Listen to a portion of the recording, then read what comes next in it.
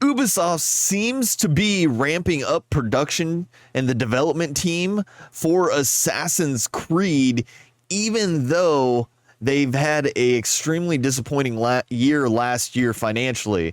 Financially, they didn't do well last year. All of their metrics were down.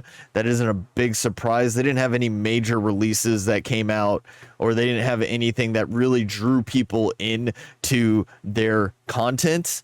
But it looks like with all of that going on, they're increasing the development team for Assassin's Creed by up to 40%, even though if you listen to the leaks, they may not need that.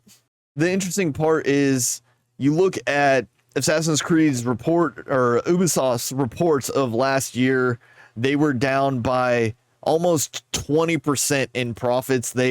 At the beginning of the year 2022, they predicted that they were going to be down about 10% for the year, and it ended up coming closer to 18% of total profits over the year. So their income last year was down quite a bit, but they have decided to dump more production and money into the development teams of the Assassin's Creed franchise in the next year. It's not completely clear if that's going to go to the next release, which is Assassin's Creed Mirage, which is supposed to come out later this year, and the leak does include a projected release date, or if that development is going to go into the exclusive agreement that they have with Netflix to release a mobile Assassin's Creed game. We don't know where that money is going or where those developers are going, but one would think it would be Mirage because it has a projected launch date and it is further along in development and it's almost done, but it could be going to that Netflix franchise that we don't know a lot about yet, and it doesn't even have a title. Now, the leaks for Assassin's Creed Mirage are pretty interesting because it's not going where most other games are going. When you look at GTA 6, a lot of the leaks on that game say the game is going to be massive. So much bigger than all the previous iterations of the game. The game is growing huge. However, Assassin's Creed Mirage seems to be getting a lot smaller. In fact, in comparison, it looks like you're going to have about 15 skills and abilities on your tree.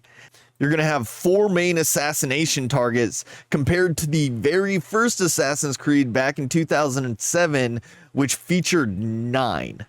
So this game looks to be smaller than the first game in the series, maybe a little bit smaller in size as well, as the map will only cover Baghdad and the immediate peninsula around Baghdad. But that one's going to be interesting too. In the modern franchise and how things are released, the way this is probably going to piecemeal out is you get 4 targets to start with, and then you get your small area, and then over the next year or two, you're going to have DLCs that expand, maybe add extra villages, add extra assassination attempts. So it looks like they're probably going to add small villages in DLC, maybe more assassination attempts and targets later.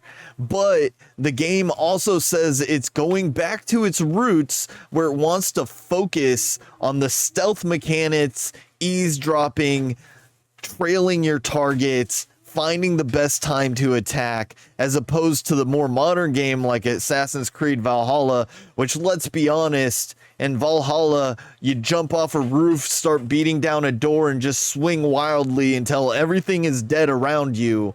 So the game has departed from its original stealthy approach, and it looks like this game's going to be a return to form to that. It's going to be a smaller game, it's going to have less assassination targets, and it's going to be back to the roots of the game itself, which I think a lot of the gamers are going to enjoy, but I think people are going to be really upset with the fact that the game's projecting maybe 20 to 30 hours of gameplay compared to the 100 plus in Valhalla.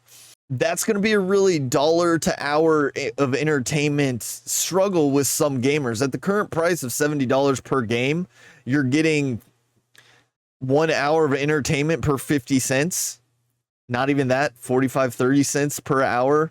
That's not great, and it's going to be a harder decision. I think a lot of gamers are going to like it and they're going to want to get it, but it's really going to be based on if they deliver a clean, focused game with a good storyline that makes that 30 hours feel like it has the value for $60 to $70 of a current AAA game. The last point that was made in all of these leaks is going to be October 12th is when we are projected to see the release of Assassin's Creed Mirage. Now that could all change. Obviously it could get delayed, but if it gets delayed, you're probably looking at a November, and with the historics of Ubisoft and the Assassin's Creed franchise, October to November is kind of their standard release date range. So that seems like it's going to line up appropriately, and it's probably going to pan out to be true if they want to release the game this year. But if we want more information, we don't have to look any further than June 12th when Ubisoft is going to be holding the Ubisoft Forward and giving us more information. We expect this to be a pretty big slice of the Ubisoft Forward conference this year. Let me know what you think. Are you looking forward to the Assassin's Creed that's coming out later this year? And are you going to be upset that it's going to be a shorter game, or do you think the return to form is the right move for the franchise? Let me know down in the comments. Like and subscribe. Do this stuff. You want all that? All of that. Hey there, it's Skeg Broggy. Thanks for watching the video. And if you enjoyed it, please let me know in the comments below. Don't forget to hit the like and subscribe button and follow me here on Twitch for more awesome content. Link is in the description.